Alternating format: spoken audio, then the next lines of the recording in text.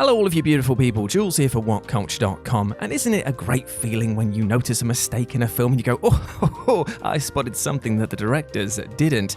But isn't it even funnier when the directors turn around in a subsequent film or sequel or prequel or any other type of expanded universe bit and say, haha, actually we did notice this and it was leading up to this moment. Ooh, touche? Well, let's take a look at them. As I'm Jules, this is WhatCulture.com, and these are 8 movie mistakes acknowledged as canon. Number 8. The Clumsy Stormtrooper, Star Wars A New Hope.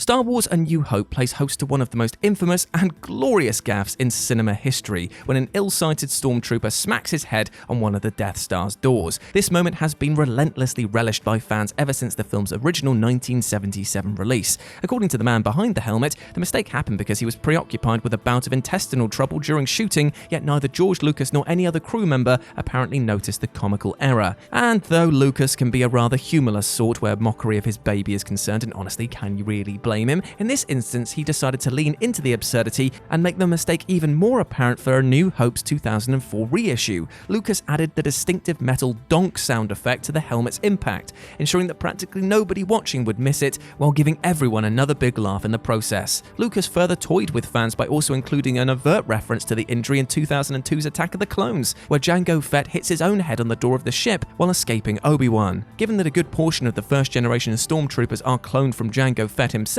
Lucas has basically made the lunk-headed clumsiness a damn genetic character trait. Number 7. The unclear Gremlin rules. Gremlins, the new batch. Well received though Joe Dante's iconic creature feature Gremlins was, many fans nevertheless keenly pointed out a mistake in the film's internal logic due to the vagueness of the rules which govern the Mogwai/Gremlin biology. There are 3 big rules apparently: keep them out of sunlight, avoid them getting wet, and never feed them after midnight. Now the first 2 seem simple enough, but what exactly does after midnight mean? Even today, fans still pose the hypothetical of taking Gizmo on a plane across several time zones. Does that magically negate the rule? Or would he still be at the mercy of his own internal body clock? Dante evidently got fed up of hearing the issue pointed out to him, so he devised a hilarious scene in the sequel, The New Batch, which directly incorporates it. As the Gremlins overrun the Clamp Center, a group of Daniel Clamp's goons start cracking wise to Billy, picking holes in the Gremlin rules that he's just explained to them. One asks what happens if a Gremlin accidentally swallows a seed stuck in its teeth from a meal eaten before midnight, while another raises the aforementioned plane scenario.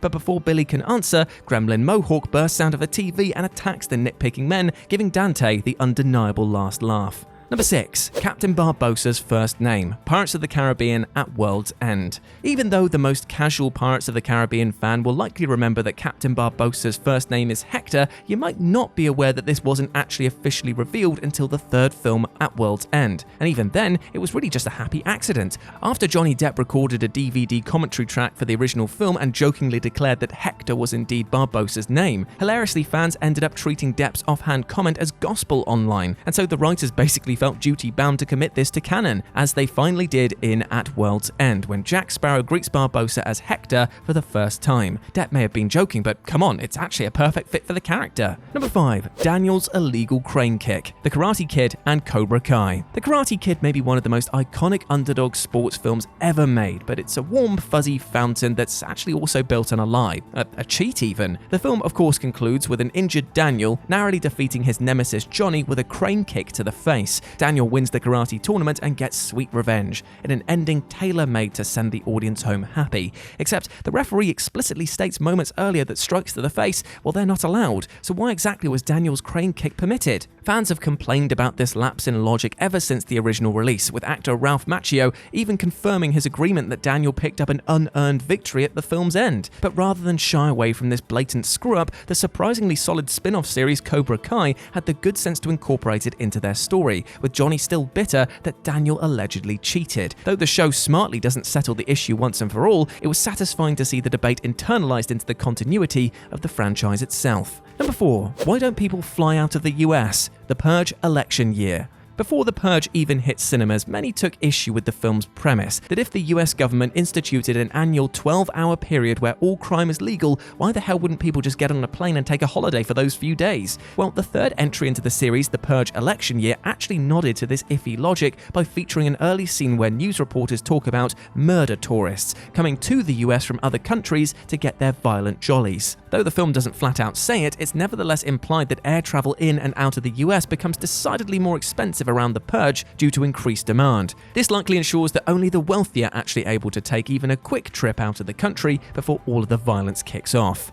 Number 3. The original movie's visible equipment, Scream 2. Wes Craven's Scream boasts one of the most unforgettable opening scenes to any horror movie ever, satire or not, with poor Casey Becker being tormented and then brutally murdered by Ghostface. The scene is brilliantly executed though, even if you probably didn't notice a mistake hiding in plain sight when Casey runs to lock the front door. For a few seconds, the shadow of a large, long object is visible behind Casey, and given that there's nothing in the room with that shape, it's safe to assume that we're looking at a piece of set equipment, a crane most likely, a shadow of which must have inadvertently been projected into the scene. Scream 2 then opens with a delicious parody of this scene, where Heather Graham plays the Casey Becker role in the film within a film, Stab. The scene is played out in exaggerated fashion, though given that the aforementioned mistake had done the rounds online following the original Scream's release, Wes Craven decided to include it in the remade version too.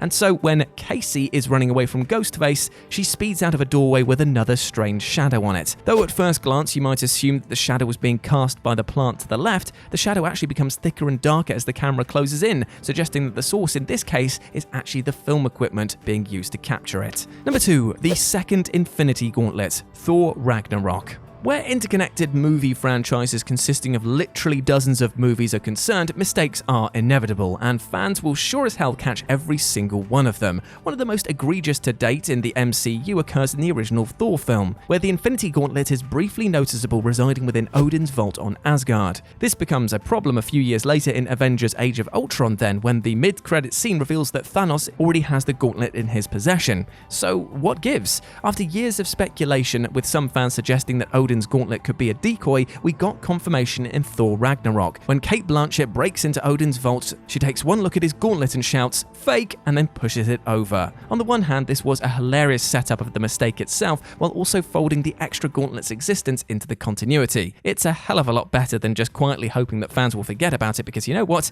They won't. And number 1, why didn't Skynet send more Terminators? Terminator Dark Fate. Trying to find the crystalline logic in the Terminator franchise is admittedly a bit of a fool's errand, given that John Connor's entire existence is centered around the classic chicken or egg scenario. How could he send Kyle Reese back in time to impregnate his mother Sarah if he didn't already exist? Another oft-cited, air quotes, mistake questions the attack strategy of Skynet itself, and why the malevolent AI doesn't simply send an army of Terminators back through time to kill Sarah or John, or at least send just more than one machine to do the job, right? Well, as insulting as it was to fans, Terminator Dark Fate finally embraced how little sense it made by opening with the murder of John Connor in 1998 at the hands of another T-800. As it turns out, before Skynet was destroyed, it sent multiple Terminators to various time periods to track down John, and when you throw enough darts at a dartboard, one of them's eventually going to hit the bullseye. By having Skynet literally retcon its own mistake, the series accepted its poor initial logic, even if most fans probably wished it hadn't. And there we go, my friends, those were 8 movie mistakes acknowledged as canon. I hope that you enjoyed that, and please let me know what you thought about it down in the comments section below. If you want to chat to me further, you can do so over on LALD Tweet, that's Loud Tweet for Live and Let's Dice, where I'll be tweeting about all my future streams and indeed all the board games that I'll be playing. Hope to see you over there.